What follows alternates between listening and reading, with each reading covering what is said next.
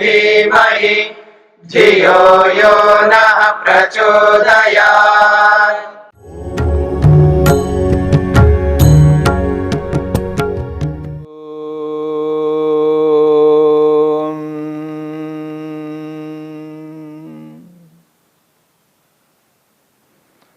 समाधि पाद के 43वें सूत्र को लेकर के विचार चल रहा है।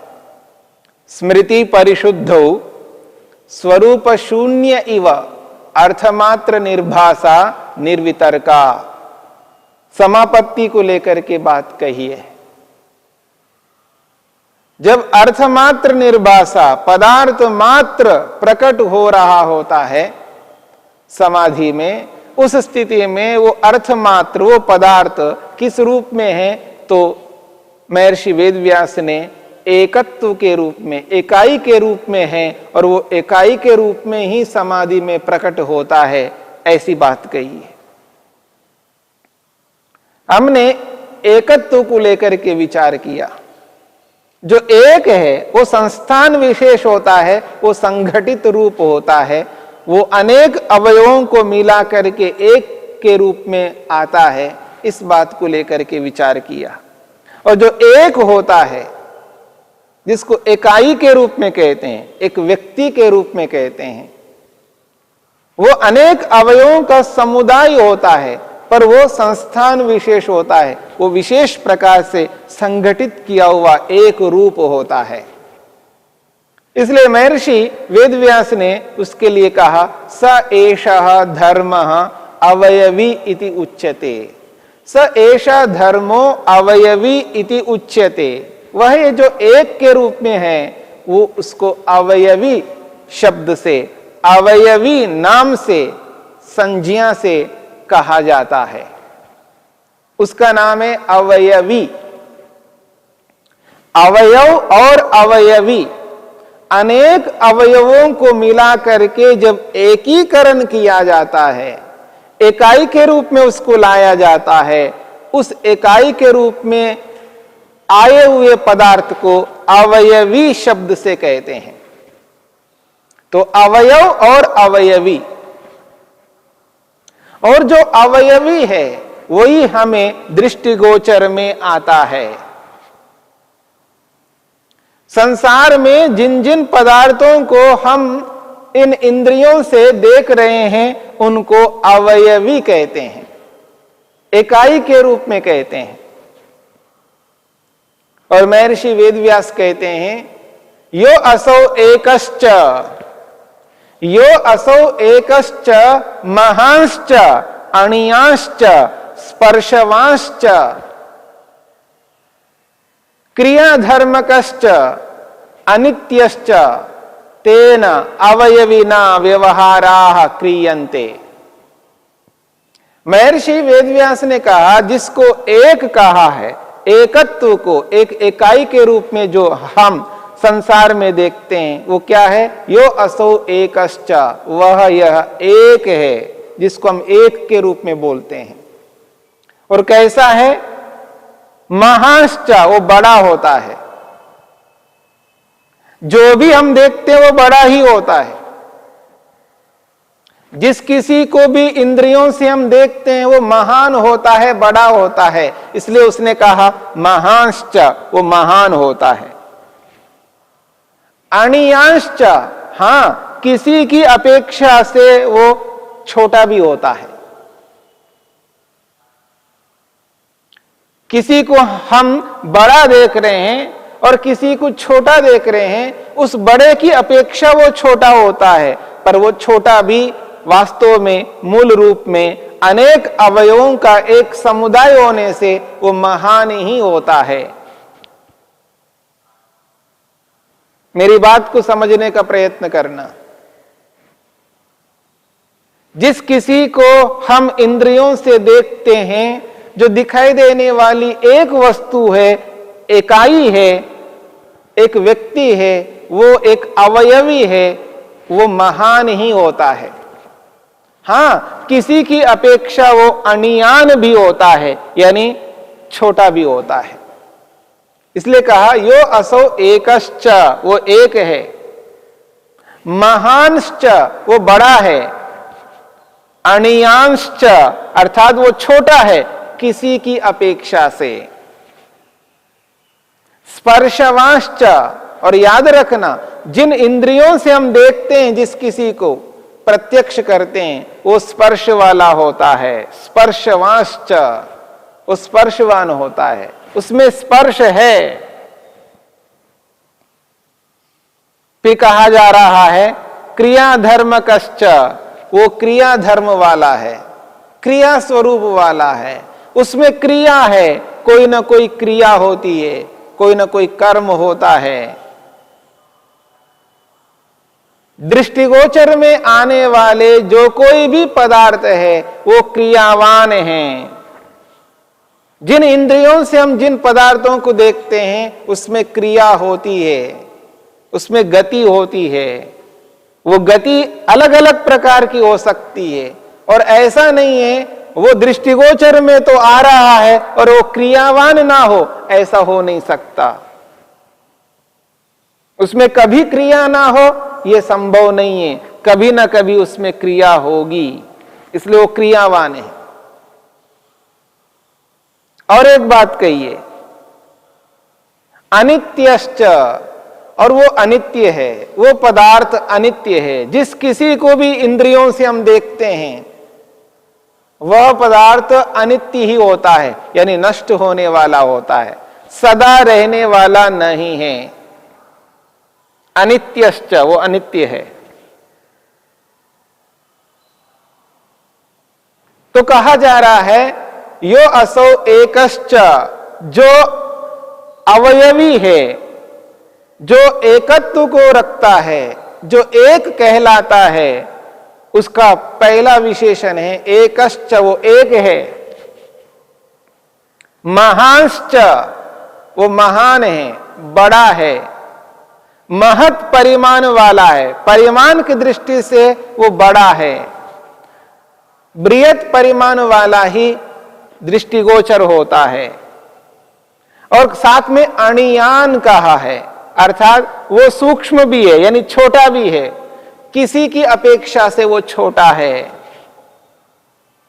और स्पर्शवान स्पर्श वाला भी है, दृष्टिगोचर में आने वाला पदार्थ स्पर्श वाला है। दृष्टिगोचर में तो आ जाए लेकिन उसमें स्पर्श ना हो ये हो नहीं सकता, इसलिए का स्पर्शवान। क्रिया धर्म कश्च और उसमें क्रिया होती है, क्रियाहीन नहीं है। जिसको एक कहा जा रहा है वो क्रियाहीन नहीं है, उसमें क्रिया है। अनित्यश्च बहुत बड़ी बात कहिए, वो अनित्य है, नष्ट होने का धर्म उसमें है। कहा जा रहा है अनित्यश्च वो अनित्य है, वो नष्ट हो जाता है, समाप्त हो जाता है। उसी को यहां पर अवयवी कहा है।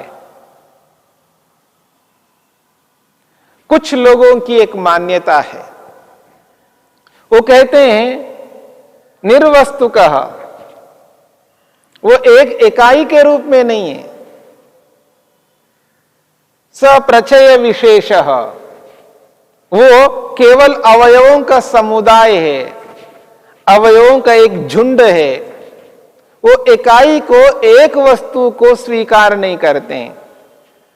इसलिए महर्षि वेदव्यास ने कहा यस्तु निर्वस्तुकः, जिसके मत में कोई इकाई नहीं है, एक वस्तु नहीं है, एक पदार्थ नहीं है, वो एक के रूप में इकाई के रूप में स्वीकार नहीं करते हैं, वो अवयवों के रूप में एक अवयवों का समूह एक झुंड को स्वीकार करते हैं। उसके मत में सप्रचय विशेषः, उसके मत में तो वो अवयवों का समूह है, और जो अवयवों का समूह है वो दृष्टिगोचर नहीं हो सकता, वो इंद्रिय ग्राह्य नहीं हो सकता, क्योंकि इंद्रियों में वो सामर्थ्य नहीं है। क्यों? सूक्ष्मम च, क्योंकि वो सूक्ष्म होता है। जो सूक्ष्म होता है वो इंद्रियों से दृष्टिगोचर में नहीं आ सकता। कारणम, और वो कारण भी है। वो कारण है, कारण पदार्थ दृष्टिगोचर में नहीं आ सकता। जो सूक्ष्म है, सूक्ष्मता भी उसमें है और कारण भी है, क्योंकि जो दृष्टिगोचर में आने वाला वो स्थूल होता है, दृष्टिगोचर में आने वाला अवयवी होता है। इसी बात के लिए कहा जा रहा है यहां पर, जिसके मत में वो संस्थान विशेष नहीं है, जिसके मत में वो प्रचय विशेष है, अवयव विशेष है, संघटित रूप नहीं है, जिसमें एकत्व इकाई नहीं आया है, वो कभी दृष्टिगोचर में नहीं आ सकता, क्योंकि वो सूक्ष्म है, कारण है।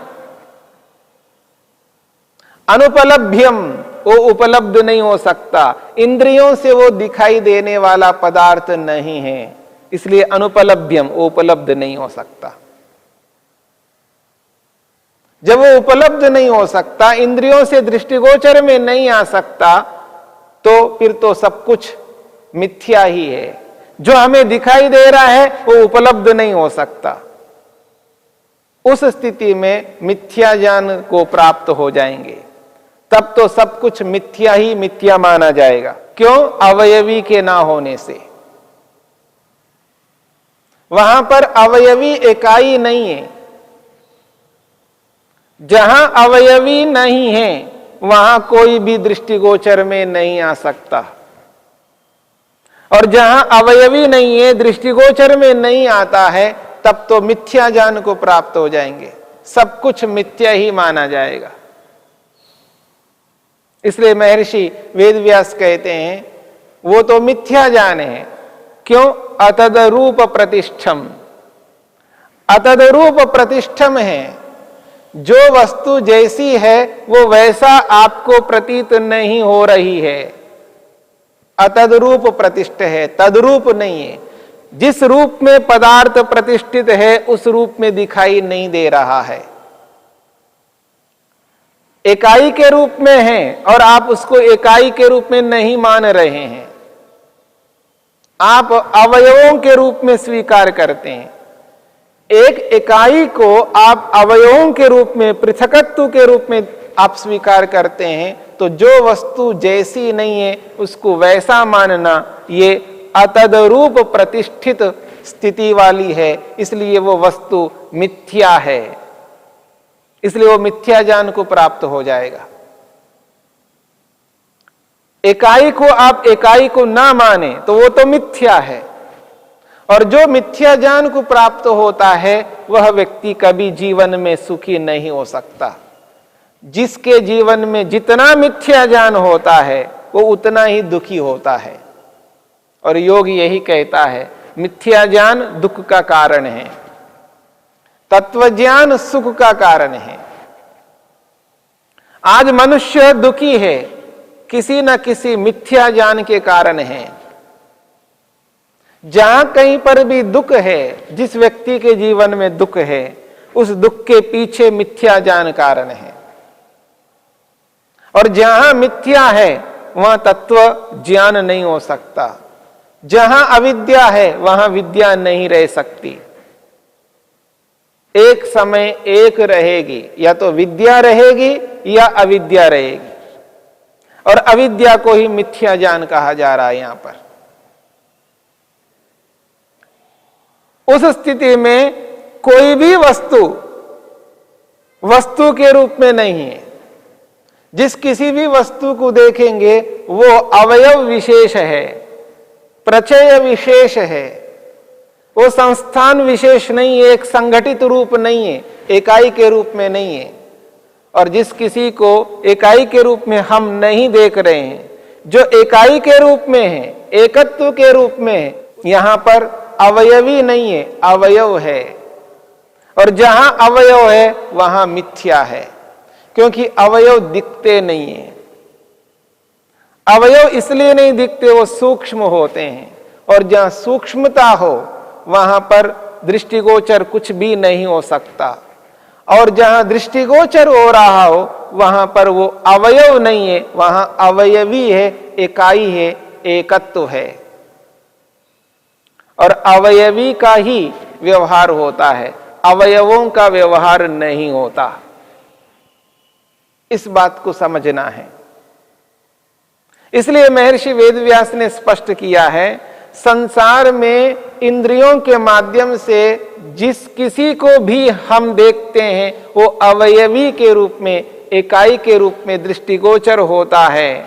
जैसे बाहर के पदार्थ अवयवी के रूप में दृष्टिगोचर हो रहे हैं, ऐसे ही समाधिस्थ जब व्यक्ति होता है, समाधि लगाता है और समाधि में जिस पदार्थ का दर्शन करता है वो भी एक अवयवी होता है। पृथ्वी का दर्शन, जल का दर्शन, अग्नि का दर्शन, वायु और आकाश का दर्शन जब पहली बार व्यक्ति करता है समाधि में, जिन पंचमहाभूतों को मिलाकर के ये सारा का सारा संसार हम देख रहे हैं, बना हुआ है, कार्य रूप में विद्यमान है, इस बने हुए संसार को इकाई के रूप में देखते हैं।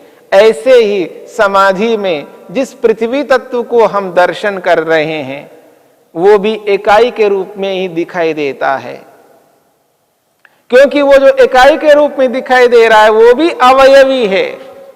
उसके भी अवयव होते हैं, उसके भी कारण होते हैं, जिनको सूक्ष्म भूतों के नाम से कहा है, तन्मात्राओं के नाम से कहा है। क्योंकि पंचमहाभूतों के कारण तन्मात्राएं हैं और उन तन्मात्राओं का भी कारण है अहंकार, उस अहंकार का भी कारण है महतत्व रूपी बुद्धि और उस महतत्व रूपी बुद्धि का भी कारण है सत्वरज तम। इसलिए इस बात को लेकर के बात कही जा रही है कि संसार में दिखने वाले पदार्थ वो इकाई के रूप में दिख रहे हैं। ठीक उसी प्रकार समाधि में भी जब पंचमहाभूतों का दर्शन होता है वो पंचमहाभूत भी इकाई के रूप में होते हैं, वो भी एकत्व को धारण किए हुए होते हैं, एकत्व धर्म उनमें विद्यमान रहता है। उसी का दर्शन प्रत्यक्ष समाधि में पहली बार साधक योगाभ्यासी करता है। तो जैसे लोक में हम इंद्रियों के माध्यम से करते हैं, वैसे ही समाधि में योगी मन के माध्यम से दर्शन करता है और वो एक अवयवी के रूप में दर्शन कर रहा है पृथ्वी, जल, अग्नि, वायु और आकाश को। ये ही निर्वितर्का समापत्ति की बात है, जिसमें अर्थ मात्र का दर्शन होता है, नाम और ज्ञान गौण होते हैं। प्रधानता अर्थ की है और नाम और ज्ञान की गौणता है। यही निर्वितर्का समापत्ति है। द्यो शान्तिरन्तरिक्षं शान्तिः पृथिवी शान्तिरापः शान्तिरोषधयः शान्तिः वनस्पतयः शान्तिर्विश्वे देवाः शान्तिर्ब्रह्म शान्तिः सर्वं शान्ति शान्तिरेव शान्ति क्षमा शान्तिरेधि। ॐ शान्ति शान्ति शान्तिः।